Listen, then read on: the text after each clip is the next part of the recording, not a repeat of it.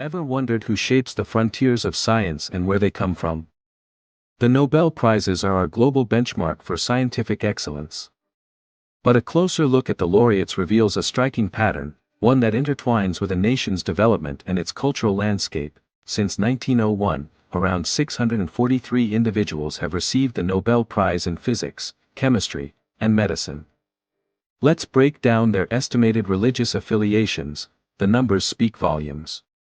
Scientists of Jewish background, making up a tiny fraction of the global population, account for a remarkable 24% of science Nobel laureates.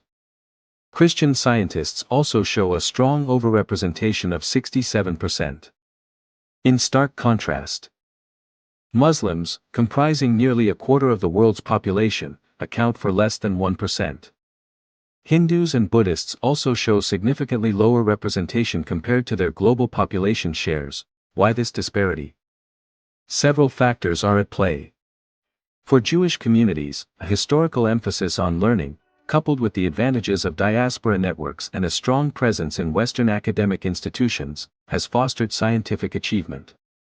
Christian-majority nations have historically built robust scientific infrastructure. Now, let's consider the Human Development Index, or HDI, a measure of a nation's health, education, and standard of living.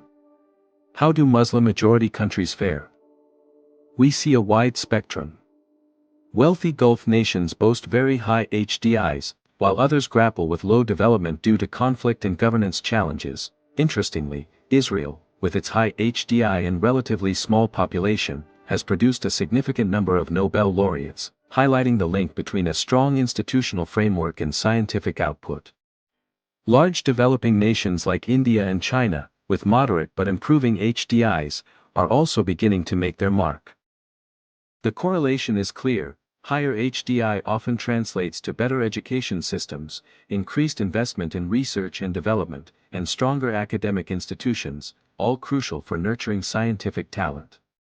Conversely, low HDI countries often face fundamental challenges that hinder scientific progress. Cultural and political factors also play a significant role.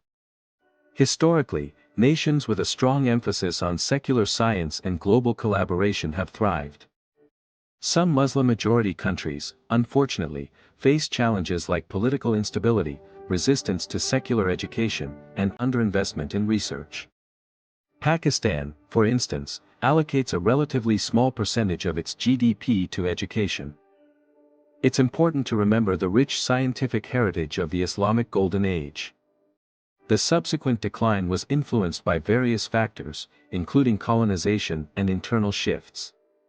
However, the tide may be turning. We are witnessing growing advancements in science and technology in some Muslim-majority nations and in large developing countries like India. Scientific talent is not confined by religion or geography. It flourishes where it is nurtured, through investment in education, the fostering of open and critical thinking, and the establishment of strong, independent institutions. The journey to scientific excellence requires a commitment to progress that transcends cultural and religious boundaries. Investing in knowledge, shaping the future. Join us for more thought-provoking videos.